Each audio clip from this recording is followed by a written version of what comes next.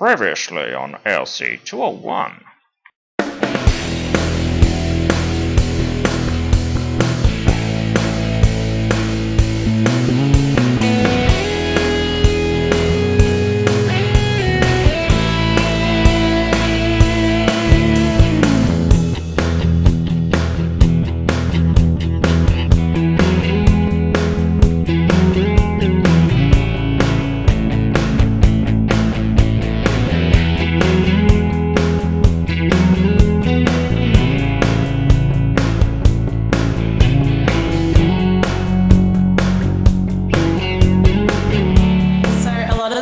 Says that social media is really harmful for kids, but when we took this photo we didn't think, oh, this is going to be really harmful in our future, oh my god, it's going to have a problem. We just put it up straight away, and I think the reason we did that was because we know this isn't going to harm us and that everyone does have their boundaries on social media. It just appears like we don't because we do it so immediately. So we took a selfie through the window, like pretending me as a celebrity who saw my fans through the window, and then it's like showing how like fans would like to get involved into the celebrity. What makes a video go viral? Networking. Hashtags. Humor. Links. Pictures.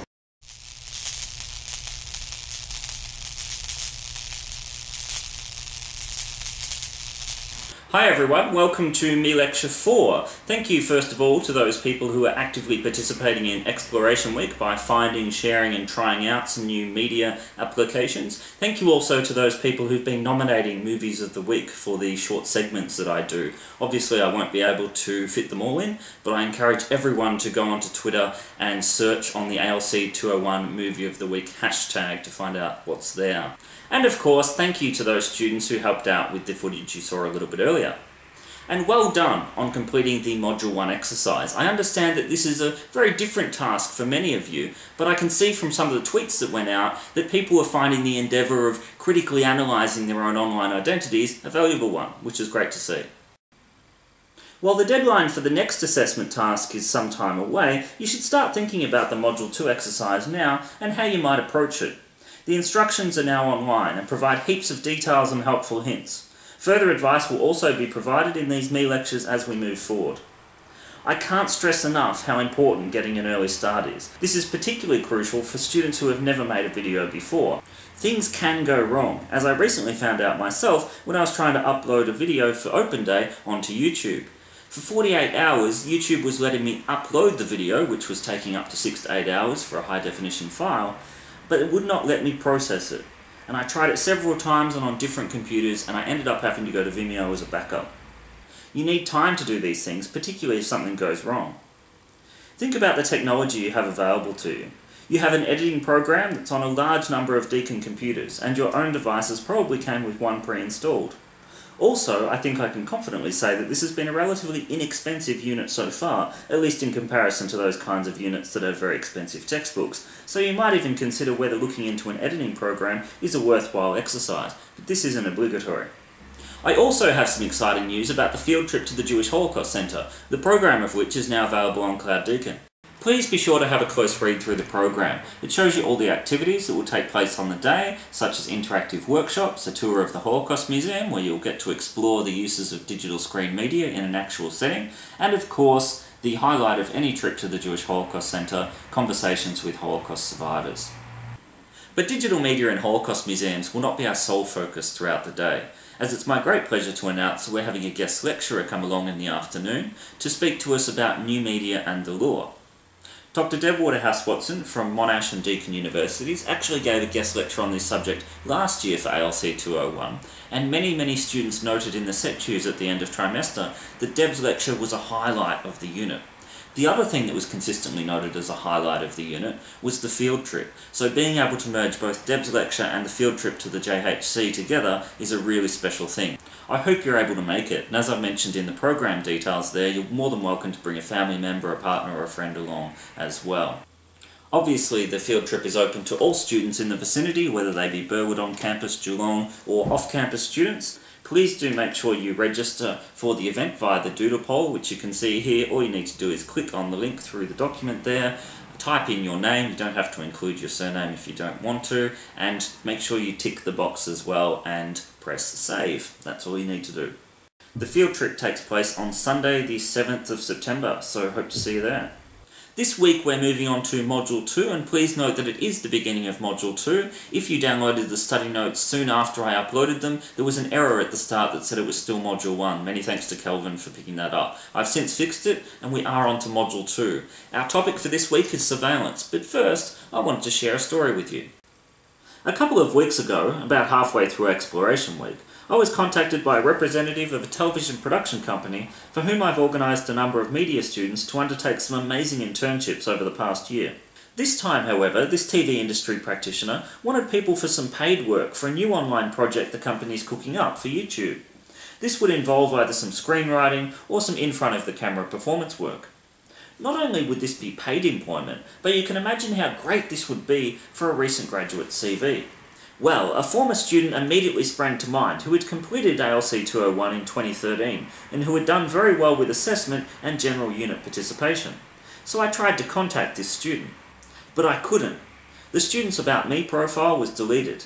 There was no LinkedIn presence I could locate, no blog or other website for me to find, and no personal contact details were on the Deakin system. The student's Twitter profile was also completely inactive. So there you go. Maybe the student already has a fantastic job, or wouldn't have been interested anyway, or would have applied for the position with the company and been turned down. Who knows? Maybe they would have got it. But with no visible, easy-to-find online presence, and I did try to find this former student for at least 20 minutes, the opportunity went begging. Think about this, and think about it carefully. You've just posted a blog post, great, and you may have sent out 1 or 2 tweets as part of this exercise, that's good too. But will you keep it up? To add one more point to this story, the first thing the representative of the TV production company asked me when I said I might know someone is if I could send some of their work. Well, I couldn't, because the student's YouTube channel was gone too. What will make you competitive? When you graduate, will you have an e-portfolio that you'll be able to show potential employers? Engaging with the unit materials such as this meLecture, the study notes and the readings is a good start, but you won't have these forever. And if you don't act on them, the lessons you will get from them will likely dissipate with time. Now think back to the Module 1 exercise again. Is feedback from one marker the only feedback you want? Is one reader the extent of your reach for this blog? Will this post be your only one until some lecturer like me makes you write another one? Why don't you share it via Twitter, get some followers and continue blogging? It takes time to build up a following, but the earlier you start, the earlier this will happen. Some people have made their blogs private and invited the marker in due to the personal nature of their approach to the assessment, which is absolutely fair enough. But consider whether a new blog that is open and visible could be a useful thing for you to do. In an increasingly competitive environment, how will you make yourself stand out? In seminars a few weeks ago, I made entire groups of students very quiet when I told them that in almost a decade of teaching, I could not remember one instance when I saw a student taking notes from something another student said, even when I highly recommend that students do this during other students' presentations. Think about what this implies. Why don't students take notes from what other students say? You all have things that are important and interesting to say, and digital media provides you with more opportunities than ever before to say these things. But as I've been saying all along, it's up to you. Told you can't trust your promises, you had to do the whole motivational speech again. Oh, shut up. I think you'll find the story was worth it.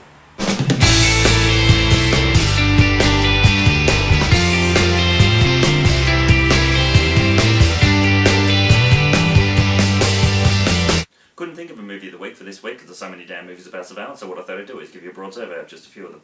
First is Enemy of the State from 1998, which is about corrupt government officials watching far too many people with far too many cameras. Probably one of the better surveillance movies, despite being made long before 9/11. Actually, it's probably better because of that, but let's face it, Gene Hackman's just cool. And then you've got Death Race, which is about a reality TV show, Bloodbath, which is so bad they decided to make 2 sequels of it. God knows why. Then there's Eagle Eye, with Shia LaBeouf battling it out with a super clever supercomputer. Makes me want to watch Death Race. Then there's Antitrust with Ryan Philippe. Makes me want to watch Eagle Eye.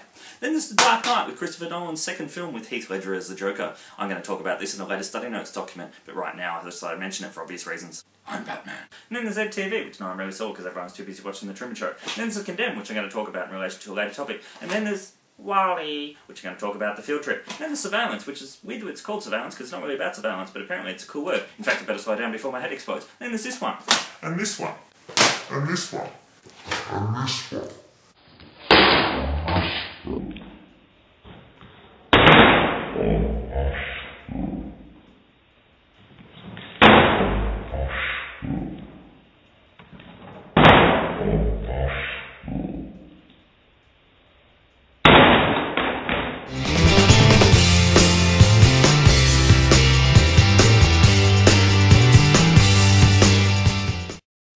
But on a serious note, I'd like to highly recommend The Final Cut, a science fiction thriller set in a time when people have microchips implanted in their minds that record every single moment of their lives.